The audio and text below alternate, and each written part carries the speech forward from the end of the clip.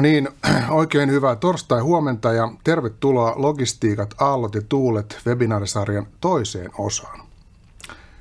Tämä webinaarisarja tuo yhteen alan asiantuntijat ja tarjoaa mielenkiintoisia näkökulmia ajankohtaisiin aiheisiin. Olemme iloisia siitä, että olemme saaneet runsaasti osallistujia hyvin laajasti ympäri Suomen. Minun nimeni on Juha Isohanni ja toimin NTG Eera Toussonin toimitusjohtajana sekä alustan tämän webinaarin. Meillä on tänään todella mielenkiintoinen paneelikeskustelu tulossa ja mukanaan lentorahtiliikenteen johtavia asiantuntijoita. Esittelen meidän panelistit seuraavasti. Janike Heimonen, Finnair Cargon myynnin ja kestävän kehityksen vastuullisuuspäällikkö. Janikella on lähes 20 vuoden kokemus asiakasrajapinnassa toimimisesta niin Suomessa kuin ulkomaillakin ja viimeiset 8 vuotta Finnair Cargon palveluksessa. Vastuullisuus- ja ympäristöasiat ovat tänään webinaarissa tärkeässä osassa ja olemme todella iloisia siitä, että saimme Janiken mukaan. Petri Pikkarainen, toimitusjohtaja Nordic GSA Finland. Petrillä on päälle 25 vuoden kokemus lentorahtitoiminnoista ja viimeiset 16 vuotta hän on kantanut toimitusjohtajan vastuuta. Hänen johtamansa yhtiö edustaa todella isoja globaaleita lentoyhtiöitä Suomessa, muun muassa Turkish Airlines, Qatar Airways käyttävät Nordic GSA:n palveluita. Kimmo Leskinen on vastuussa NTG Eera Tousson yhtiön lentotuotteesta ja samalla hän istuu Suomen huolintaliikkeiden liiton lentojaoksen puheenjohtajana. Kimmolla on vuosikymmenten kokemus lentorahdin osalta yhtä lailla Suomessa kuin ulkomaillakin. Kimmo toimii samalla paneelin puheenjohtajana ja alustaa meidät 4 ajankohtaiseen aiheeseen yhdessä kollegansa Jukka Limingojan kanssa. Jukka toimii NTG:n myyntijohtajana ja Jukka on vanhaan tapaan kerännyt kaikkien osallistujien antamat ennakkokysymykset ja yhdessä Kimmon kanssa ovat tehneet siitä kysymyspatteriston tälle päivälle. Todettakoon tähän, että me saatiin todella paljon ennakkoon kysymyksiä, ne oli kaikki erinomaisia. Tämän webinaarisarjan tavoitteena on tarjota syvempää ymmärrystä logistiikka-alan ajankohtaisista aiheista ja tulevaisuuden trendeistä. Me keskustelemme alan suurimmista haasteista ja mahdollisuuksista sekä siitä, miten ne vaikuttavat toimitusketjuihin. Itse toivon, että kuulijat saavat seuraavan 3 vartin aikana ajankohtaista tietoa lentorahtiliikenteestä ja sen siirtymistä enemmän ympäristöystävällisiin ratkaisuihin, näkemystä tulevaisuudesta, minne markkinat ja vastuullisuus vie meitä, sekä ajatuksia siihen, miten voimme itse vaikuttaa omilla ratkaisuilla koko lentotoimialan ekosysteemiin. Sitten muutama sananen käytännön asioista ennen kuin päästetään panelistit vauhtiin. Tämä tulee kestämään noin 3 varttia. Tästä tullaan tekemään tallenne, joka tullaan sitten jakamaan kaikille, jotka on tässä mukana. Tässä vaiheessa siirretään sana panelisteille, eli panelistit, olkaa hyvä.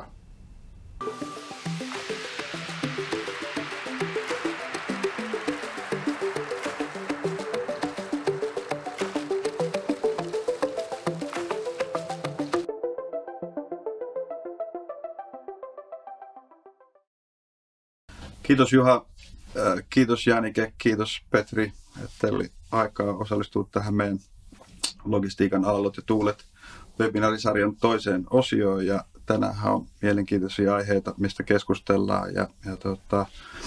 Aloitetaan keskustelu lentorahdin markkinanäkymistä vuodelle 2025.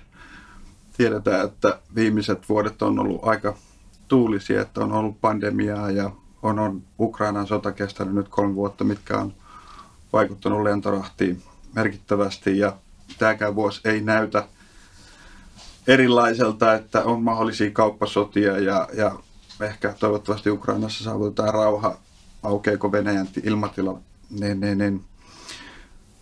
Miten, Petri, sä odotat, että tämän vuoden lentorahtimarkkina näyttää, tai miltä näyttää tämän vuoden lentorahtimarkkina?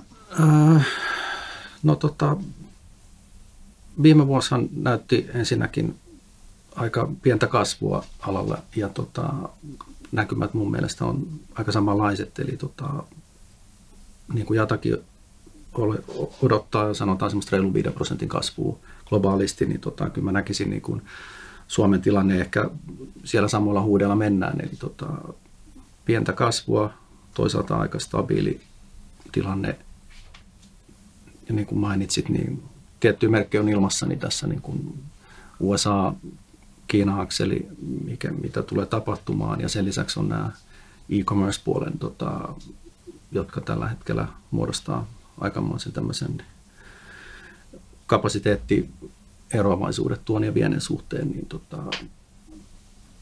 kysymysmerkki on ilmassa, mutta kyllä luottavaisesti niin kuin tämä vuosi en näe suurta pudotusta ainakaan tulevan. Mielestäni aika lailla sama, että odotetaan kyllä, että globaali kasvaisi ja se tukee lentorahtia, mutta pieni kysymysmerkkejä on tosissaan ilmassa mutta se aika kertoo, että mihin menee ja tietysti niihin pitää varautua sitten ja mennä sen mukaan. Kyllä, joo. Ja kapasiteetin suhteen niin odotettavasti se on jonkun verran kapasiteetin kasvu edelleen, riippuen tietenkin näistä edellä mainitusta asioista, mutta sekin tuo sitten mahdollisuuksia lentorahdille lisää. Joo. Ja kun kasvua on odotettavissa, niin onko tulossa Janike lisäkapasiteettia markkinoille? Joo, no ehkä meidän näkökulmasta, Finnairin näkökulmasta nimenomaan, niin me ollaan nyt kesäaikatauluun lisäämässä lentoja Yhdysvaltoihin. Siellä tulee jopa double daily Dallasiin.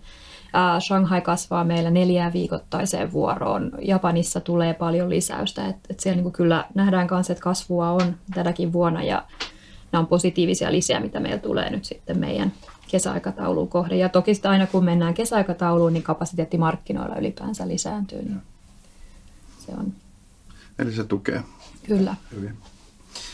Mitäs jos Ukrainassa päästäisiin rauhaan? Nyt on Lähi-idässäkin on saatu jonkunnäköinen rauha aikaiseksi ja siellä ehkä mahdollisesti jotain humanitaarista apua varmasti se kasvaa, niin tuleeko se vaikuttamaan tämän vuoden lentorahtimarkkinoihin, että sinne siirrettäisiin rahtikonekapasiteettia, joka olisi sitten taas kaupalliselta puolelta pois? No varmaan, jos toivotaan, että näin tulee käymään, niin rauha saadaan aikaiseksi joka puolelle, niin sinne varmasti tulee olemaan kysyntää niin kuin humanitaariselle avuille ja sen jälkeen sitten myöskin kaupallisille lennoille. Eli kyllä niin kuin varmasti sitä kapasiteettia jonkun verran sinne tullaan menemään. Ja toisaalta sitten, mikäli sitten Venäjän ilmatila aukeaa jatkossa, mikä nyt ei ole ihan tässä heti näköpiirissä, niin varmasti sekin tulee vaikuttamaan aika paljon. Kerran nythän tietyt yhtiöt sitten hyötyy tästä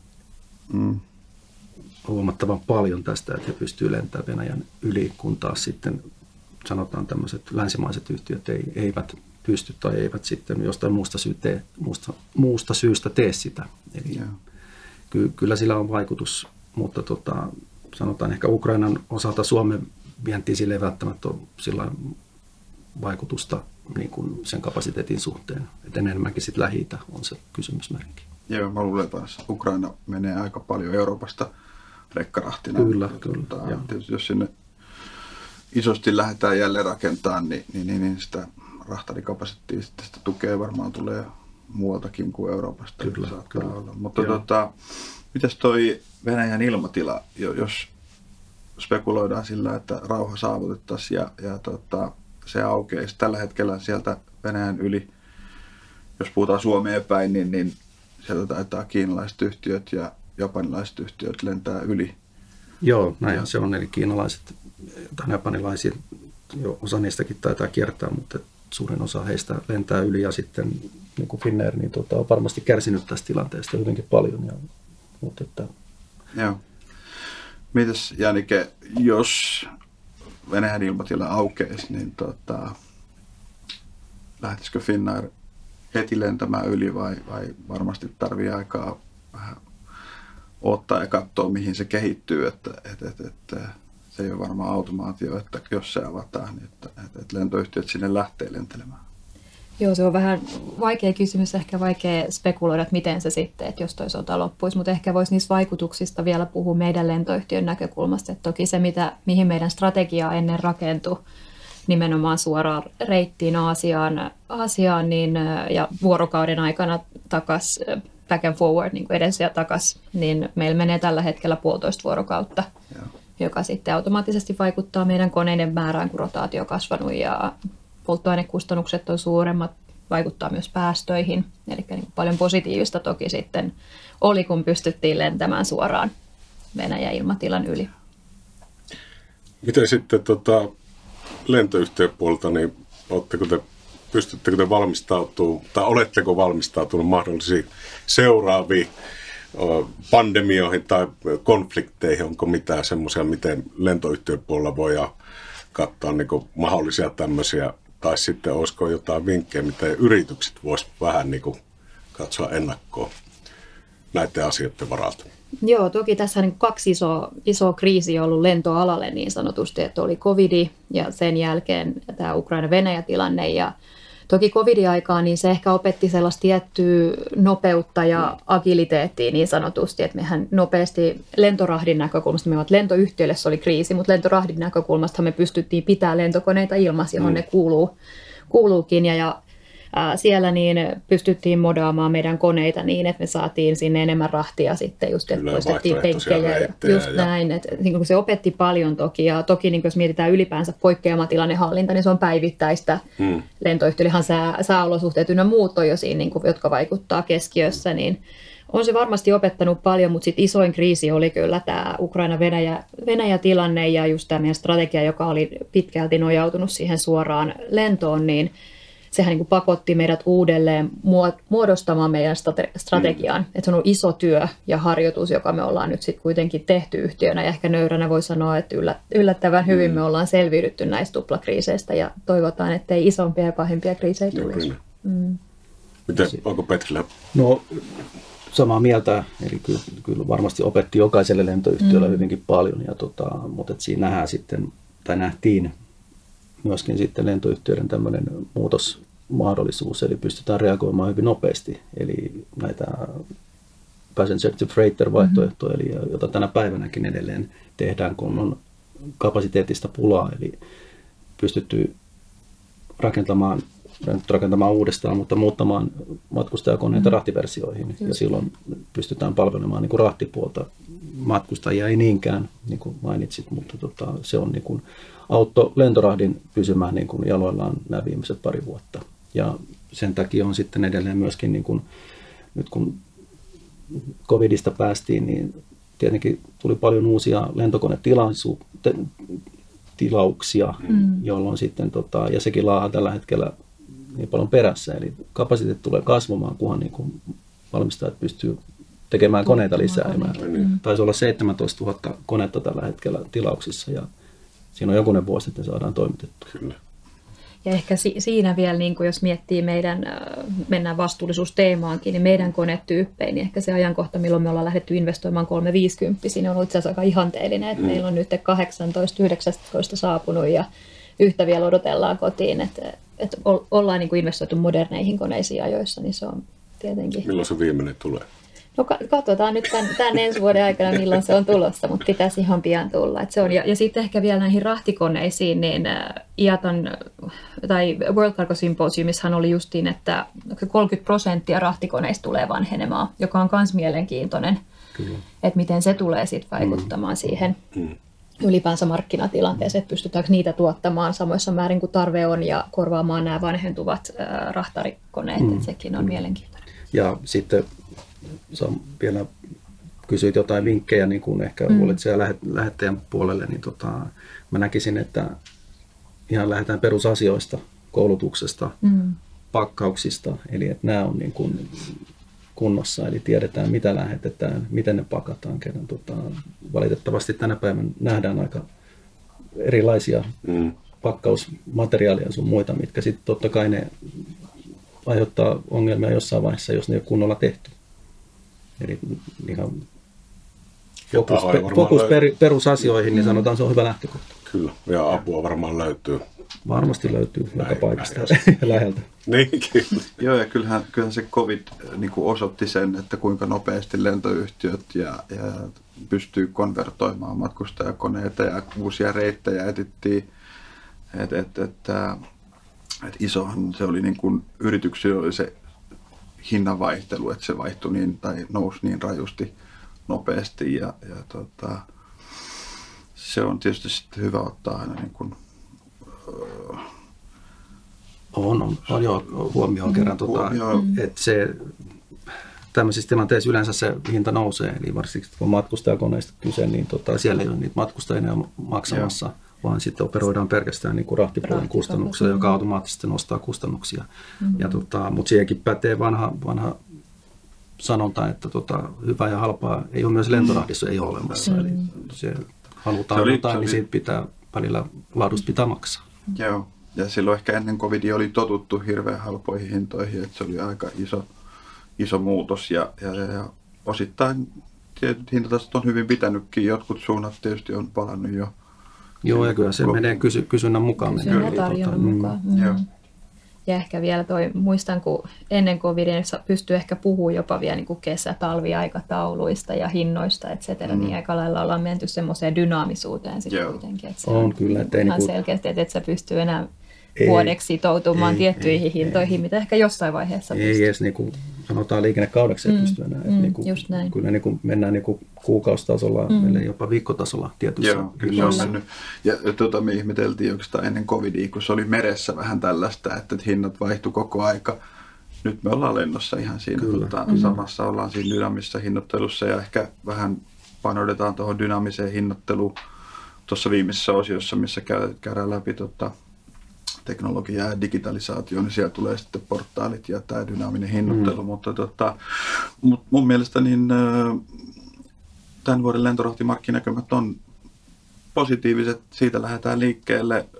Toivotaan, että tuossa Ukrainan suunnalla tapahtuisi positiivisia asioita ja saataisiin sellainen hyvä positiivinen henki aikaiseksi ja lentorahti kasvuu. Että, kyllä.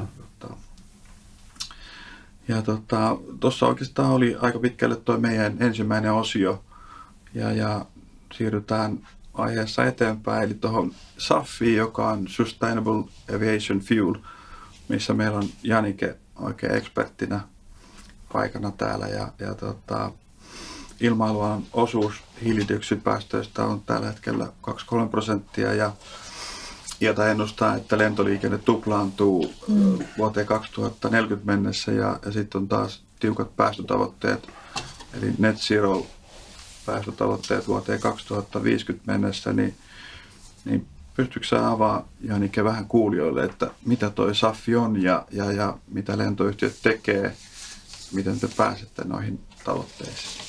Joo, toki. Eli SAFi on tämmöinen uusiutuva lentopolttoaine.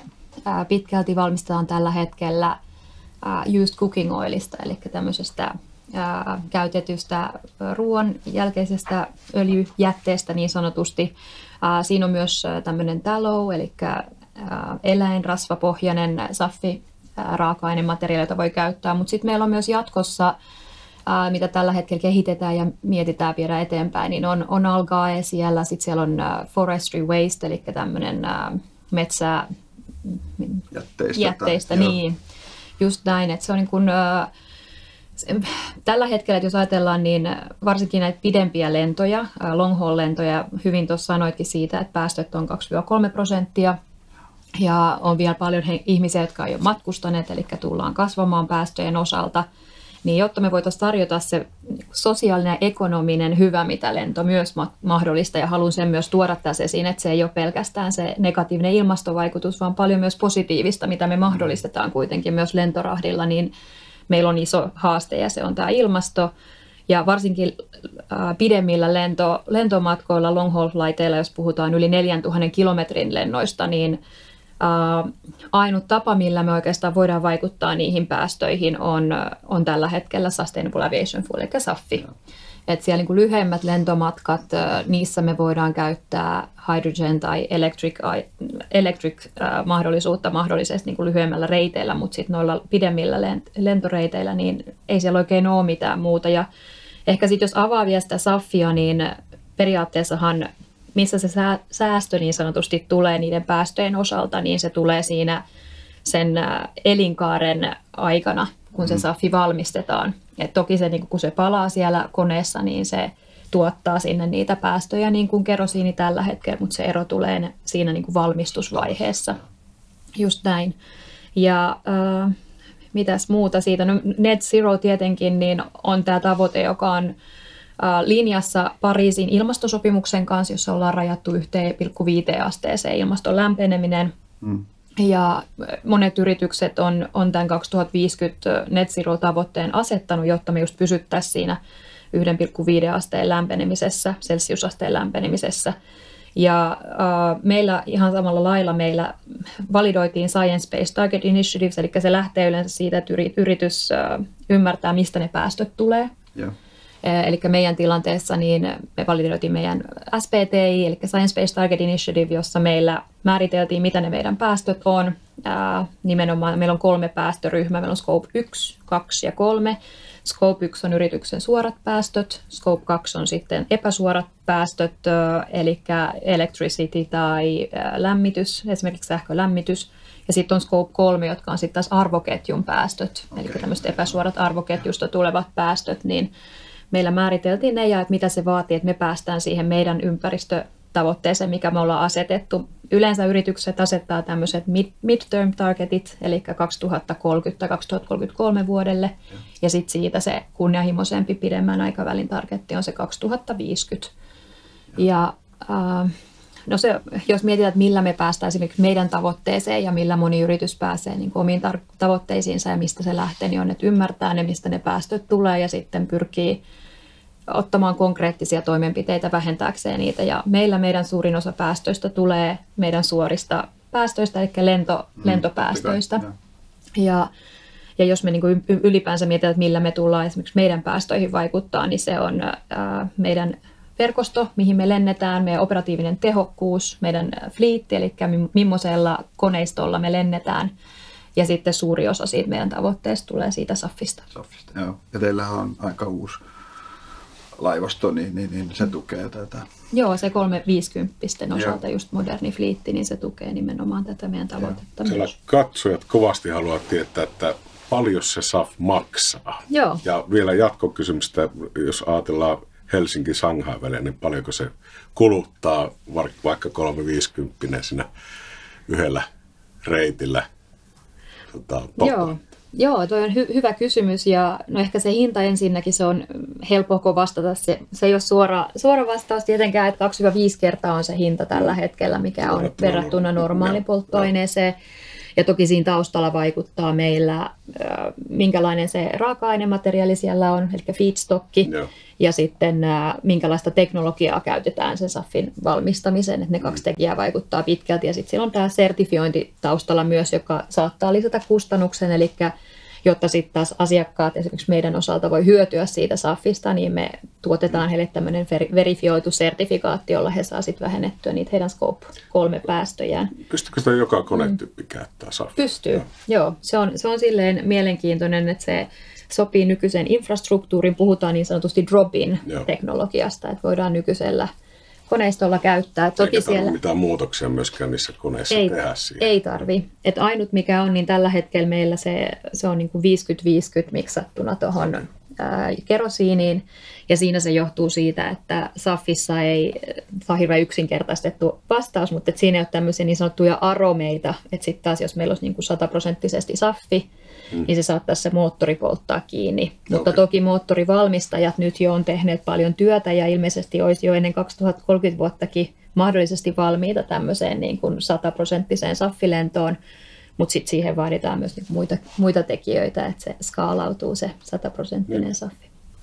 Otatko sä, Petri, tuosta paljonko se kuluttaa suurin piirtein? Nyt en lähde heittämään kerran. Tämä ei ole mun osaamisalue, että voin suoraan sanoa.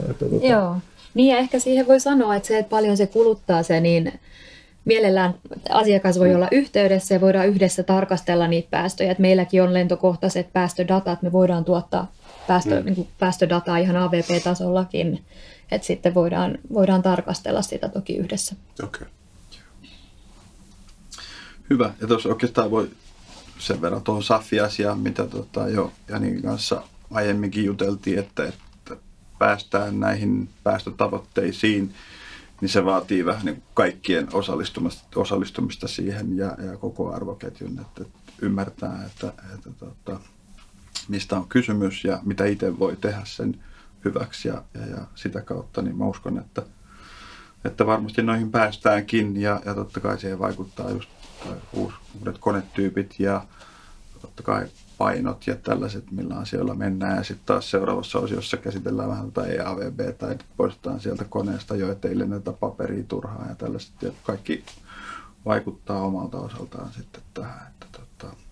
Joo, ja ehkä vielä jossain niin korostaa sitä nimenomaan sitä arvoketjun välistä yhteistyön tärkeyttä ja sen koko arvoketjun osallistumisen tärkeyttä. Että me ei tietenkään lentoyhtiönä yksin voida tehdä tätä, eikä sitten taas huolitsija yksin tai GSA yksin. Että kyllä se vaatii sen koko arvoketjun yhteistyön nimenomaan.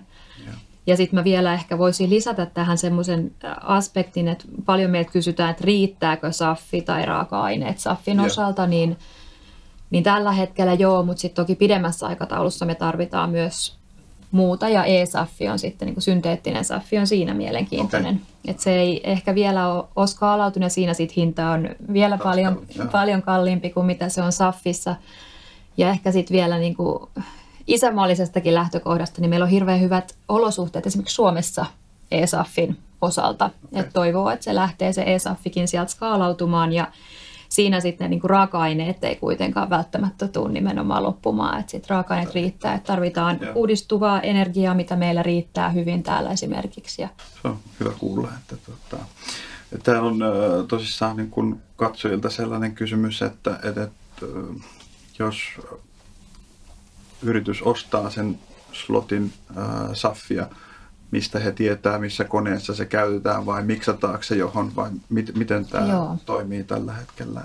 Joo, ja tämä on kanssa hyvä kysymys. Paljon saadaan tätä myös, että jos mä buukkaan lähetykseen teidän koneelle ja siinä on se SAFi, niin onko se SAFi tankattuna siihen lennolle nimenomaan, missä se lähetys kulkee. Niin meillä on tämmöinen book and claim principle tällä hetkellä käytössä alalla, jossa tarkoittaa sitä, että se ei välttämättä ole fyysisesti siihen koneeseen tankattuna se SAFi, missä se lähetys lentää. Joo. Ja sitten se on se validoitu sertifikaatti sitten, validoitu sertifikaatti, jolla sitten asiakas saa sen päästön vähenemään niin sanotusti. Okei, eli hän saa sitten siitä sertifikaatin. Joo, että se ei välttämättä nimenomaan ole siinä koneessa. Tämä on ehkä semmoinen suurin kysymys. Niin, tehän on törmännyt hirveästi, mutta se nyt on aika ymmärrettävää. Että silloin se varmaan miksataan siihen johonkin tankkausjärjestelmään ja sitten sieltä syötetään koneisiin sitten sen mukaan. Mutta hyvä. Mites Petrin edustamilla yhtiöillä? Mä tiedän, että SAFi ei ole sun sellainen, että se on Janiken lempilapsi. Mutta onko teidän edustamilla lentoyhtiöillä ollut puhetta tai miten? No, kyllähän se on tietenkin, EU-regulaatiot nämä jo määrittelee, eli kyllä niin kuin kaikki tulee siihen sitoutumaan omalla aikataulullaan. Mutta sanotaan tällä hetkellä keskustelun toinen aika alussa, että kyllä mä sanoisin, että Finnair varmasti on edelläkävijä näissä ja näin pitää ollakin, kun Suomessa ollaan. Niin ja Neste tietenkin yhtenä SAFin suurimmista tuottajista, niin varmasti asia tullaan niin kuin nousee enemmän pöydälle koko ajan. Joo, kyllä me ollaan huomattu kanssa. Ja osa, anteeksi keskeytin, mutta osa näistä tarjouspyynnöstä niin tulee just paljon semmoisia, niin eli halutaan 2 hintaa, eli toinen NS vanhanaikaisesti tai normitavalla ja sitten osa sitten lisättynä mahdollisella SAF-lisällä. Ja toivotaan, että päästään pitkälle ja ollaan edellä aikataulusta, niin ei ole enää tämmöistä, vaan kaikki perustuu siihen SAFiin. Jos saa vielä tuohon just jatkaa, niin se on se sama, mitä me nähdään. Että jos vertaa vaikka 2 vuotta taaksepäin, niin silloin ehkä ei tietoisuus vielä ollut sillä tasolla, mitä se tällä hetkellä on. Ja se on niin positiivista, että se näkyy siellä tarjouksissa myös nykyään. Ja sitten jos mietitään niin kuin vielä alakohtaisesti, niin meillä on tiettyjä aloja, jotka me nähdään, että liikehtii jo hyvinkin eteenpäin sen SAFin osalta, niin kuin healthcare, high-end, fashion, life science, tämän tyyppiset tuotekategoriat, että nähdään, että ne menee jo eteenpäin, joka on niin kuin tosi mukava ollut nähdä. Niin sieltä se paine tulee taas sitten huolintaliikkeelle ja että käytetään yhtiöitä, jotka on käyttää SAFia tai on päästötavoitteet korkealla ja haluaa päästä niihin, niin sieltä se tulee. Eli se on se koko arvoketjun läpi, silloin se tulee menemään. Mutta hienoa. Kiitos Janike. Kiitos. Avasi ja mä uskon, että se avasi kuulijoillekin vähän, että SAFi kuulostaa ehkä sellaiselta mystiseltä, mutta mitä se nyt on ja mitä se vähän vaatii meiltä, että päästään sitten noihin säästötavoitteisiin.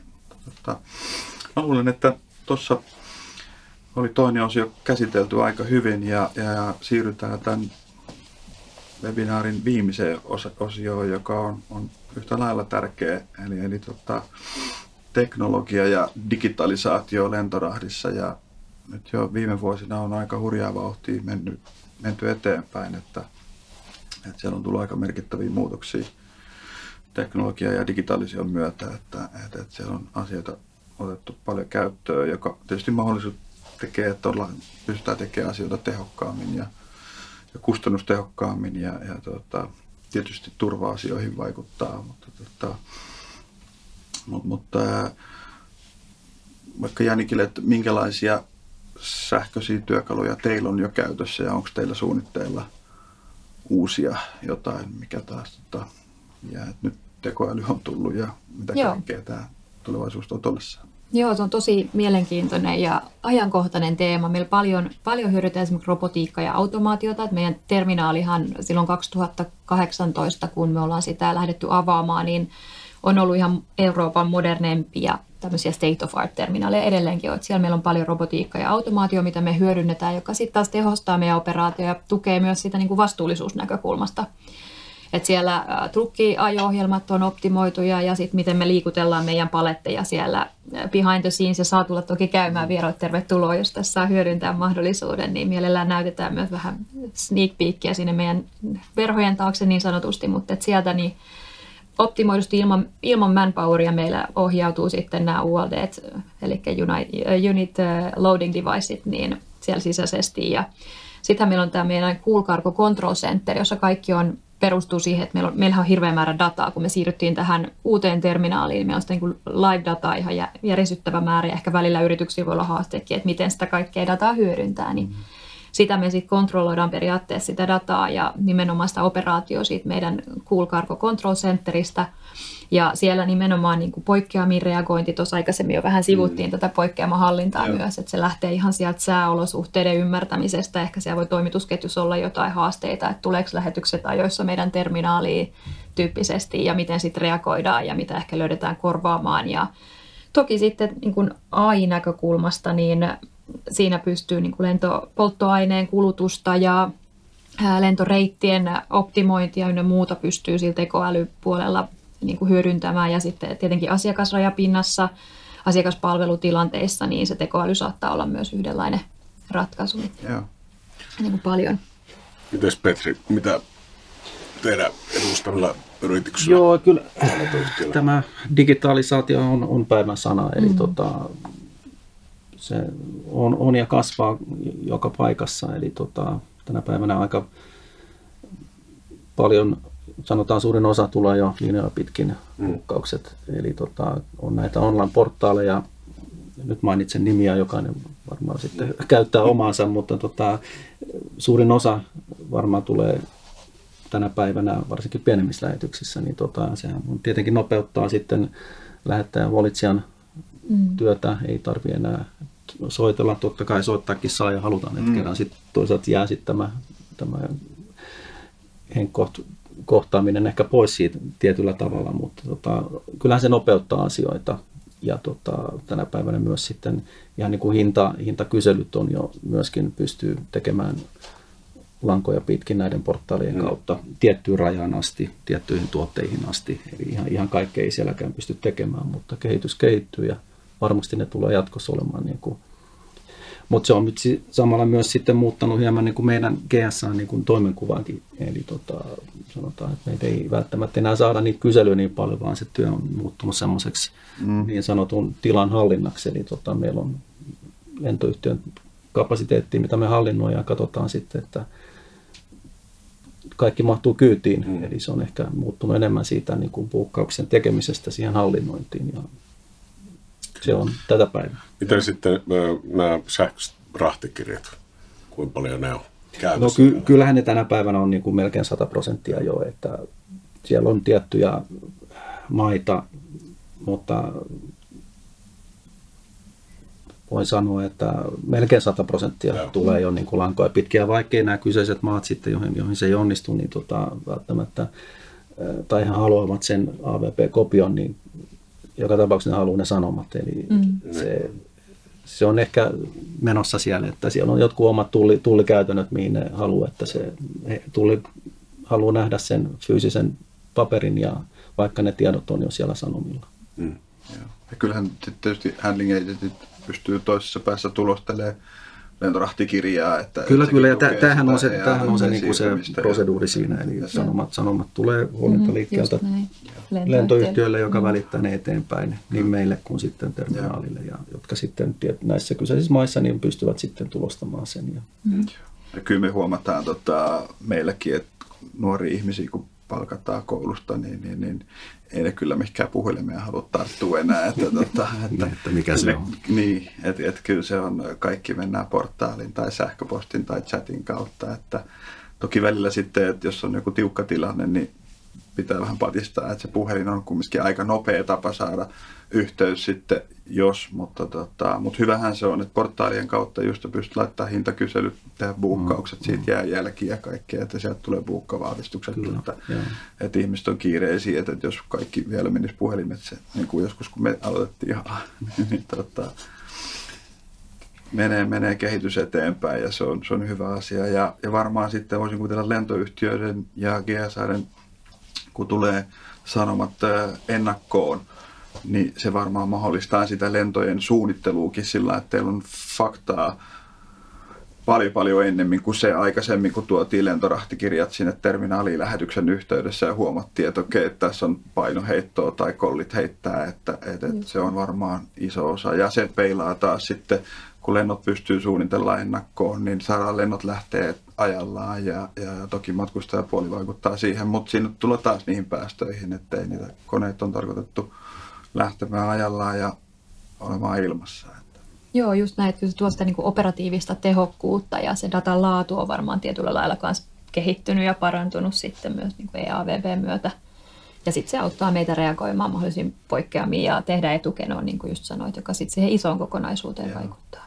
Kyllä. Joo, ja haluan korostaa edelleen tässäkin sitä koulutuksen tärkeyttä. Eli näemme hyvin erilaatuista dataa, niin kuin mainitsit, niin se on hyvin tärkeää, että kuka tahansa niitä tekee, että se data on oikein kerran sitten edelleen, kun siellä on jossain tietyissä maissa se pilkku on väärinpäin, niin tavarat on jumissa, eli se on hyvin tärkeää. Datan oikeellisuus on... Joo, datan oikeellisuus ei ole se, että se on oikein muotoon tehty kerran, se ei välttämättä kulje noissa kanavissa se koko sanoma, jos siellä on, niin kuin, sitä ei ole tehty oikein, eli se jää jumiin johonkin, ja silloin taas terminaalit ei pysty ottaa lähetyksiä vastaan, kun niillä ei ole sitä fyysistä AVP:tä enää, vaan oletus on, että se tulee sähköisesti. Ja jos ei se ole tullut, niin tavara pysähtyy. Ja sitten voi olla taas, koneet on tyhjiä, mikä ei ole taas kenellekään niin kuin hyvä juttu. Joo, no sieltä tulee se no-show silloin. Ja tätä mä ajattelin, että ennen vanhaa, kun ei lähetetty sanomia, että oikeastaan lentoyhtiö pystyi reagoimaan siinä vaiheessa, että hups, tätä lähetystä ei tullutkaan. Ja siinä vaiheessa on jo myöhäistä, niin onko nykypäivänä, kun huolintaliikkeet laittaa sanomat teille, niin onko teillä joku tommoinen triggeri, että jos te ei tule sanomaan, niin järjestelmä plingaa, että lähdette kyselemään sitten, tai lähteekö järjestelmä kyselee huolintaliikkeeltä ennakkoon, että onko tämmöinen lähetys todellinen ja onko tämä tulossa tai miksi tämä ei ole päivitetty. Tai... Siinä varmaan voi olla erilaisia tilanteita, mutta aika paljon me tehdään etukäteen ja ennakkoon nimenomaan, ja kyllä se, niin kuin se etukäteen suunnittelu ja tekeminen, niin sitten se mahdollistaa sen, että pystytään myös tarvittaessa reagoimaan, jos siellä on puutteellisuutta.